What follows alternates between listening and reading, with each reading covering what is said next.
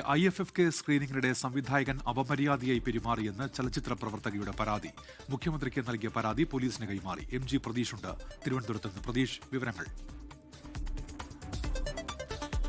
ഉന്മേഷ്, കഴിഞ്ഞ മാസമാണ് ഈ പരാതിക്ക് ആധാരമായ ഈ സംഭവം നടക്കുന്നത്. IFFKയുടെ സ്ക്രീനിങ്ങുമായി ബന്ധപ്പെട്ടുള്ള ഒരു യോഗം തിരുവനന്തപുരത്ത് വെച്ച് നടന്നിരുന്നു. ഈ യോഗശേഷം അവിടെ ഉണ്ടായിരുന്ന അംഗങ്ങൾക്ക് താമസിക്കാൻ ഈ തലസ്ഥാനത്തെ ഒരു ഹോട്ടലിലാണ് മുറി ബുക്ക് ചെയ്തിരുന്നത്. ഈ ഹോട്ടലിൽ വെച്ച് ഒരു സംവിധായകൻ അപമര്യാദയായി പെരുമാറി എന്നതാണ് ചലച്ചിത്ര പ്രവർത്തക പരാതിയായി പറയുന്നത്.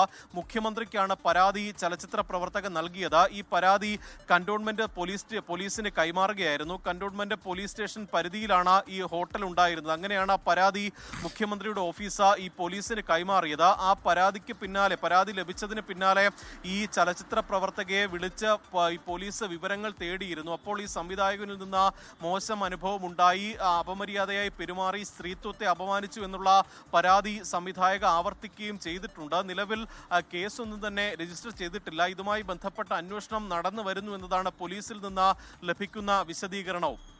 ഉന്മേഷ്, MG പ്രതീഷാണ് വാർത്തയുടെ വിശദാംശങ്ങൾ ഇപ്പോൾ നൽകിയത് തിരുവനന്തപുരത്ത്. ലോകത്തെവിടെയായാലും ഏത് സമയത്തും 24 വാർത്തകളും ഓഗ്മെന്റഡ് റിയാലിറ്റി പാക്കേജുകളും എക്സ്പ്ലെയിനറുകളും വിശദമായി കാണാൻ ഞങ്ങളുടെ YouTube ചാനൽ നിങ്ങൾക്ക് സബ്സ്ക്രൈബ് ചെയ്യാം.